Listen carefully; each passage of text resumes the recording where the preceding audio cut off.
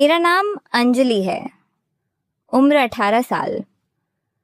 मैं अपनी बड़ी बहन प्रिया दीदी और उनके पति राहुल जीजू के साथ शहर के एक छोटे से किराए के फ्लैट में रहती हूँ। मम्मी पापा गांव में हैं। पढ़ाई के नाम पर मैं यहाँ आ गई हूँ। घर छोटा है, 2 कमरे, एक छोटा सा हॉल और पतली दीवारें। रात को कभी कभी दीवारों के पार से हल्की हल्की आवाजें आ जाती हैं। बिस्तर की हल्की चरमराहट, दबी हुई सांसें। मैं कानों पर तकिया रख लेती हूँ और सो जाने की कोशिश करती हूँ, पर मन में एक अजीब सी बेचैनी रह जाती है। गर्मी का मौसम था। दोपहर के 3 बज रहे थे। पंखे की आवाज में भी गर्मी घुली हुई लग रही थी। मैं अपने कमरे में किताब लेकर लेटी थी, पर ध्यान कहीं और था। अचानक दीदी के कमरे का दरवाजा थोड़ा सा खुला नजर आया। हवा के लिए खुला होगा, ऐसा सोचा, पर अंदर से हल्की सी आवाज आ रही थी। कोई बातचीत नहीं, बस सांसों जैसी कोई हलचल। मैं पानी पीने उठी। गिलास हाथ में लिए दरवाजे के पास से गुजरी तो रुक गई। कुतूहल ने पांव थाम लिया। दरवाजे की दरार से अंदर का नजारा दिख रहा था। दीदी बिस्तर पर लेटी थीं, आंखें बंद, माथे पर हल्का पसीना, सांसें थोड़ी तेज चल रही थीं और उनके पैरों में जीजू तेल लगा रहे थे। बगल में सरसों के तेल की बोतल रखी हुई थी। जीजू के दोनों हाथ धीरे धीरे दीदी के पैरों पर घूम रहे थे, तलवे से लेकर पिंडलियों तक। मालिश का अंदाज सामान्य लग रहा था, पर उनकी नजरें सिर्फ पैरों पर नहीं ठहर रही थीं। कभी दीदी के चेहरे पर जाती, कभी उनकी सांसों पर। कमरे में तेल की हल्की खुशबू तैर रही थी। पंखे की हवा में वो खुशबू और घुल गई थी। जैसे ही मेरी छाया दरवाजे पर पड़ी, जीजू ने सिर उठाया। हमारी नजरें सीधे मिल गईं। एक पल के लिए समय थम गया। उनकी आंखों में कुछ था, आश्चर्य, फिर एक तेज सी चमक और फिर तुरंत नियंत्रण। उन्होंने बहुत स्वाभाविक अंदाज में तेल की बोतल फिर से उठाई और दीदी के पैरों पर और तेल डालते हुए कहने लगे, आराम से लेटो। पैरों में दर्द है ना? थोड़ी देर और लगा दूं? दीदी ने हल्के से हुंकारी भरी। आंखें नहीं खोली। मैं चुपचाप वहां से हट गई। गिलास रसोई में रखकर अपने कमरे में चली आई। दरवाजा बंद करके बिस्तर पर लेट गई। दिल जोर जोर से धड़क रहा था। कुछ समझ नहीं आ रहा था, फिर भी अंदर ही अंदर एक अजीब सी बेचैनी फैल गई थी। नजरों का वह मिलना बार बार याद आ रहा था। जीजू ने मुझे देख लिया था और फिर तुरंत तेल की बोतल उठा ली थी, जैसे कुछ छिपाना चाहते हो, जैसे वह मालिश सिर्फ मालिश ना हो। आधे घंटे बाद मेरे दरवाजे पर हल्की सी दस्तक हुई। अंजलि, आवाज जीजू की थी, धीमी पर साफ। मैं उठी, दरवाजा खोला। जीजू बाहर खड़े थे। हाथों पर तेल की चमक अभी भी बाकी थी। कमीज के ऊपर के 2 बटन थोड़े ढीले थे। माथे पर हल्का पसीना चमक रहा था। उनकी आंखों में वह वही चमक थी जो दरवाजे की दरार से दिखी थी। अंदर आ, 1 मिनट, उन्होंने कहा। आवाज बिल्कुल सामान्य थी, जैसे कोई साधारण बात कह रहे हो। मैं उनके कमरे में चली गई। दीदी का बिस्तर थोड़ा बिखरा हुआ था, तकिया एक तरफ खिसका हुआ, चादर में हल्की सिलवटें। कमरे में तेल की खुशबू अभी भी तैर रही थी। जीजू ने दरवाजा बंद कर दिया, लेकिन कुंडी नहीं लगाई। फिर बिस्तर के किनारे बैठ गए और अपना एक पैर आगे बढ़ाया। शाली, एक काम कर दो, उन्होंने सहज स्वर में कहा। तुम्हारी दीदी सब्जी लेने गई हैं। बाजार थोड़ा दूर है। कम से कम 3-4 दिन लगेंगे, नहीं 1 घंटा तो लगेगा ही। तब तक ये सरसों का तेल ले आओ और मेरे पैरों में लगा दो। सुबह से दर्द कर रहा है, एड़ी के पास चोट सी लग गई है। उन्होंने अपना दायां पैर थोड़ा घुमाकर दिखाया। एड़ी के पास हल्की सी खरोंच थी। सच में चोट लग सकती थी, पर उनकी आंखों में जो बात थी वह सिर्फ चोट की नहीं लग रही थी। मैं चुपचाप रसोई से तेल की बोतल ले आई। हाथ थोड़े कांप रहे थे। जब लौटी तो जीजू बिस्तर पर आधे लेटे हुए थे, तकिए के सहारे।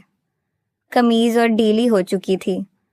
उनकी छाती के ऊपर पसीने की हल्की चमक थी। मैं फर्श पर बैठ गई और उनका पैर अपनी गोद में ले लिया। तेल की बोतल खोली। हथेलियों में तेल लिया और धीरे धीरे तलवे पर फेरने लगी। कमरा शांत था, सिर्फ हाथों की हल्की आवाज और दीवार घड़ी की टिक टिक सुनाई दे रही थी। पंखे की हवा तेल की खुशबू को पूरे कमरे में फैला रही थी। मैंने एड़ी पर ध्यान दिया, जहां खरोंच थी वहां हल्के हाथों से रगड़ा, फिर पिंडली की तरफ बढ़ी। जोर से लगाना, जीजू ने कहा। आवाज थोड़ी धीमी हो गई थी। वहां दर्द ज्यादा है। मैंने और दबाव दिया। उंगलियां अब घुटने के नीचे तक पहुंच चुकी थीं। उनकी त्वचा गर्म थी। हर छूने पर मुझे अपना दिल तेज धड़कता महसूस हो रहा था। जीजू ने आंखें बंद कर लीं। सांसें पहले से थोड़ी गहरी हो गई थीं। कभी कभी उनकी छाती हल्के से उठ गिर जाती। थोड़ी देर मालिश करते हुए सन्नाटा बना रहा। फिर अचानक उन्होंने आंखें खोली और पूछा, तुमने देखा था ना दरवाजे से? मेरे हाथ एक पल के लिए रुक गए। मैंने सिर नीचे रखा, जवाब नहीं दिया, बस हल्के से सिर हिलाया। समझ गई थी तुम, उन्होंने बहुत धीमे स्वर में कहा। इसीलिए मैंने तुरंत तेल उठा लिया था, दीदी के पैरों पर लगा दिया था। अच्छा किया तुमने जो कुछ बोला नहीं, घर में बातें फैलना ठीक नहीं होता। कमरे में फिर सन्नाटा छा गया। मैं तेल लगाती रही। अब मेरी हथेलियां उनकी जांघों के निचले हिस्से तक पहुंच रही थीं। कपड़े के किनारे को छूते छूते रुक जा रही थीं। जीजू कुछ नहीं बोल रहे थे, बस कभी कभी गहरी सांस ले रहे थे। उनकी नजरें कभी छत पर जाती, कभी मेरे झुके हुए चेहरे पर। थोड़ा और ऊपर लगा देना, उन्होंने बहुत हल्के स्वर में कहा। आवाज में कोई हुक्म नहीं था, बस एक अनुरोध। मैंने कुछ जवाब नहीं दिया, बस हाथों को थोड़ा और आगे बढ़ा दिया। कमरे का तापमान पहले से बढ़ा हुआ लग रहा था। पसीने की हल्की सी महक तेल की खुशबू में घुल गई थी। मेरे अपने माथे पर भी पसीना आ गया था। मैं बार बार बालों को कान के पीछे सरका रही थी। कुछ देर बाद जीजू ने मेरा हाथ धीरे से पकड़ लिया, अपनी जांघ पर रखकर हल्के से दबाया। उनकी उंगलियां मेरे हाथ के ऊपर थीं, गर्म, थोड़ी सख्त। उन्होंने हाथ नहीं छोड़ा, बस यूं ही रखे रखा। मैंने सिर उठाकर उनकी तरफ देखा। उनकी आंखों में कुछ ऐसा था जो शब्दों में नहीं कहा जा सकता था। कोई भूख नहीं, कोई गंदी बात नहीं, बस एक गहरी सी समझ, जैसे दोनों एक ही बात जानते हों और कहने की जरूरत ना हो। आपसे, उन्होंने फुसफुसाते हुए कहा, जब भी दीदी घर में ना हो और मेरे पैर दुखें तो तुम लगा देना, कोई और काम नहीं, बस इतना। मैंने हल्के से सिर हिला दिया।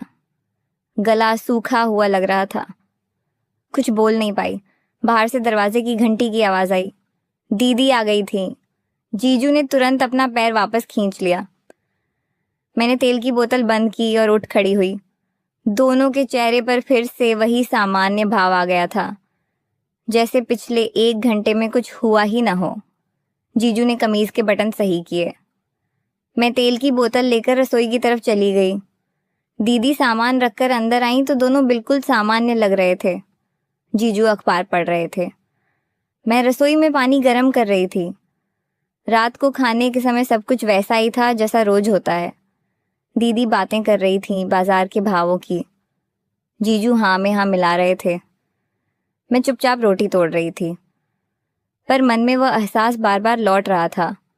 तेल की खुशबू, गर्म त्वचा और वह सन्नाटा जिसमें बहुत कुछ अनकहा रह गया था। उस दिन के बाद कुछ चीजें धीरे धीरे बदलने लगी। जब भी दीदी बाजार जाती या दोपहर में नहाने चली जाती, जीजू कभी कभी मेरे कमरे के पास आ जाते। दरवाजे पर खड़े होकर कहते, पैर दुख रहा है, थोड़ा तेल लगा देना। और मैं लगा देती। कमरा शांत रहता, बातें बहुत कम होती, बस हाथों का स्पर्श, सांसों की हल्की आवाज और वह अजीब सा सन्नाटा रहता जिसमें बहुत कुछ छिपा रहता। कभी कभी मालिश के दौरान जीजू आंखें बंद कर लेते, कभी मेरी तरफ देखते तो नजरें जल्दी हटा लेते, जैसे खुद को नियंत्रित कर रहे हों। एक बार दीदी बालकनी में कपड़े सुखाने गई थी। जीजू ने मुझे हॉल में बुलाया। सोफे पर बैठकर पैर आगे कर दिए। मैं फर्श पर बैठ गई और तेल लगाने लगी। बाहर से दीदी की साड़ी फहराने की आवाज आ रही थी। अंदर कमरा शांत था। जीजू ने अचानक मेरा हाथ पकड़ लिया और अपनी जांघ पर रखकर दबाया, फिर छोड़ दिया। कुछ नहीं कहा, बस आंखों से कुछ कहा। मैं समझ गई।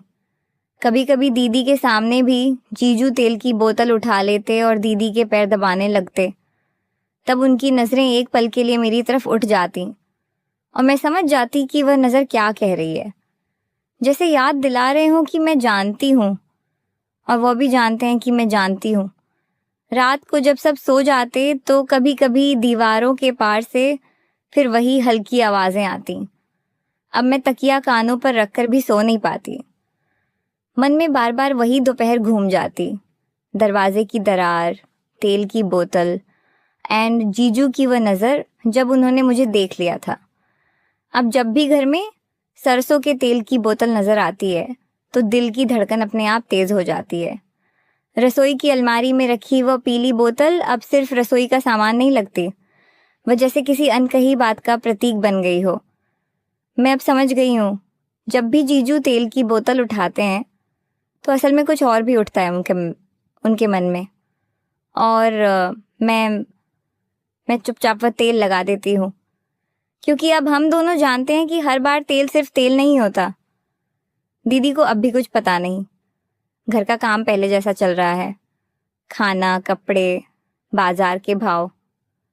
पर मेरे और जीजू के बीच एक पतली सी रेखा खींच गई है जो दिखाई नहीं देती, पर हर बार तेल की खुशबू आने पर महसूस हो जाती है। कभी कभी मैं सोचती हूँ कि ये सब कब तक चलता रहेगा, कब तक हम सिर्फ नजरों और सन्नाटे में बात करते रहेंगे। पर जवाब नहीं मिलता। बस अगली बार जब दीदी घर से निकलती है तो मैं जानती